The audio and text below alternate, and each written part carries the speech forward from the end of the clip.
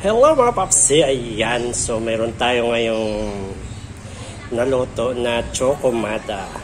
Ayan, napakasarap at mainit-init pa yan mga papsi. So kung nais mo nang magkape, ayan ang kapartner niya, no? Sa kape, dahil yan talagay mabubusog ka at mapapawaw ka sa sarap ng chokomada na ito. Dahil masarap talaga ito, merienda. Kaya ayan, so ayan nga pala, no, bali 1 kilo yung ginawa ko na chokomada. So ganyan kadami mga papsi, no. Ayan, so pinapalamig lang natin dahil ay pag lumamig ito ay papahidan muna natin ito ng star margarine at isasawsaw sa asukal para mas lalong sumarap. Diba? Ayan, oh.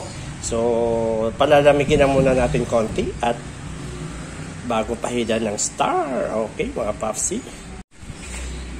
Ito na yung itsura niya, mga papsi. Napahidan ko na ng star margarine. Ayan na, oh. Ayan,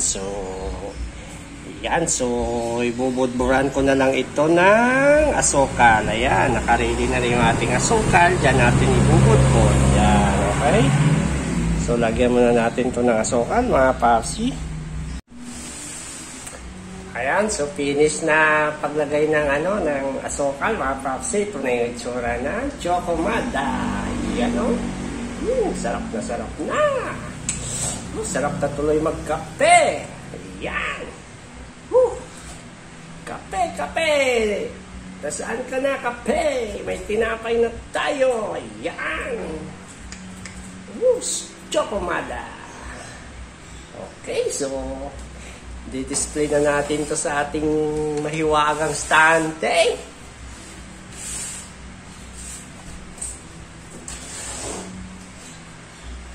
At ito pa nga pala, mga papsi, meron pa tayong donut, oh. Ayan, so medyo mainit pa. Palalamigin muna natin bago natin pagugulungin ito sa mahiwagang asukal, mga papsi. Yan.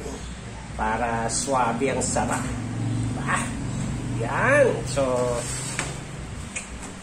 ngayong araw, mga papsi, ay meron na naman tayong nagawang mga tinapay. At meron na naman tayong maibibinta pang merienda sa ating mga suking customer.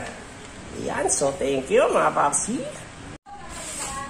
Ayan, mga papsi, ito na yung ating bichokoy or donut. Ayan, no? So, may asukal na.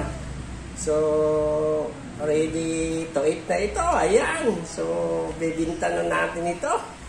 So, ilalagay na natin ito sa stante, mga papsi, para maibinta na at makapagmerienda ng ating mga soking customer. Ayan, no?